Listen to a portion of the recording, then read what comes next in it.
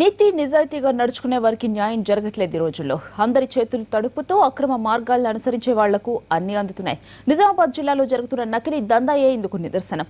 అధికారుల అండదండలు పుష్కలంగా లభిస్తూ ఉండడంతో అక్రమార్జనకు అడ్డే లేకుండా పోతోంది. కోట్ల రూపాయల ప్రజాధనం రాజమార్గంలో కేటుగాళ్ల పాలవుతోంది.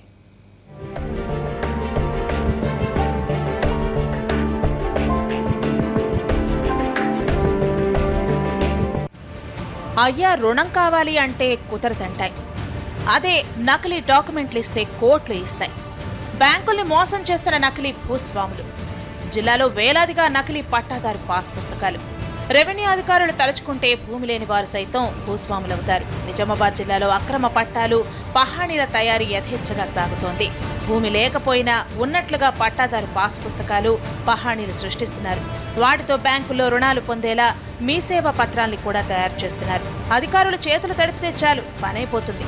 ఈ అక్రమాల తంతులో గ్రామ సేవకుల మొదలు రెవెన్యూ కార్యదర్శులు, ఆర్ఐలు, తహసీల్దార్లు, కంప్యూటర్ ఆపరేటర్లు అందరిపైన ఆరోపణలు వస్తున్నాయి.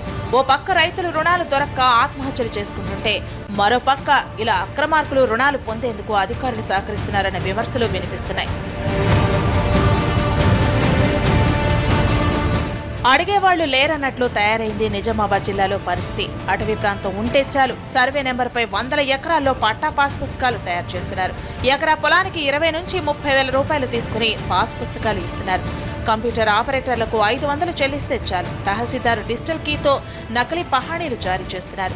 ఇలా ఎక్కడికక్కడ మనీతో పని జరిగిపోతోంది. జిల్లాలో 6 ఏళ్లలో 13 మంది గ్రామ రెవెన్యూ అధికారులు, 42 మంది వీఆర్ఓలు ఏసీబీకి చిక్కి సస్పెండ్ అయ్యారు. అయినా పరిస్థితిలో మార్పు రాలేదు.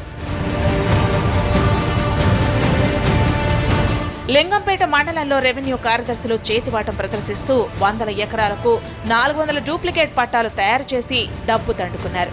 నకిలీ పాస్ పుస్తకాలతో భూస్వాములు కోట్లలో రుణాన్ని కాజేశారు. గాంధారి మండలంలో 1981 వరకు నకిలీ పాస్ పుస్తకాలతో 20 బ్యాంకుల్లో 13 కోట్ల రుణాలను పొందినట్లు తేలింది. 4 నెలల కిందట ఈ నకిలీ దందాలో 7గురిని అరెస్ట్ చేసి పాస్ పుస్తకాల స్టాంపుల్ని స్వాధీనం చేసుకున్నారు. ఇప్పటికీ గండివేట్, వెంకటప్పు, చద్మల్, సీతాయిపల్లి, గాంధారి, దేమికలాన్, కన్కల్, కాలోజీవాడి, తాండూర్, మాల్తుమ్మేద, వదల్పర్తి, బొల్లారం ప్రాంతాల్లో దొంగ పాస్ పుస్తకాలున్నాయి. తాడ్వాయి మండలంలోని చెన్నాపూర్లో 72 నకిలీ పాస్ పుస్తకాల్ని గుర్తించారు. వాటితో బ్యాంకుల్లో 2 కోట్ల రూపాయల రుణాల్ని తీసుకున్నట్లు తెలిసింది. ఇలా జిల్లాలో ఎక్కడికక్కడ నకిలీ పాస్ పుస్తకాల తంతు నడుస్తోంది. రెవెన్యూ అధికారులే అక్రమార్కులు అవుతుండటంతో బ్యాంకుల నుంచి కోట్ల రూపాయల మనీ మాయమవుతోంది. ప్రభుత్వ ఖజానాకు కంటిపడుతోంది. ఈ వ్యవస్థను పూర్తిగా ప్రక్షాళన చేయాలి. నకిలీ పహాణీల కహానీకి ఫుల్ స్టాప్ పెట్టాలి.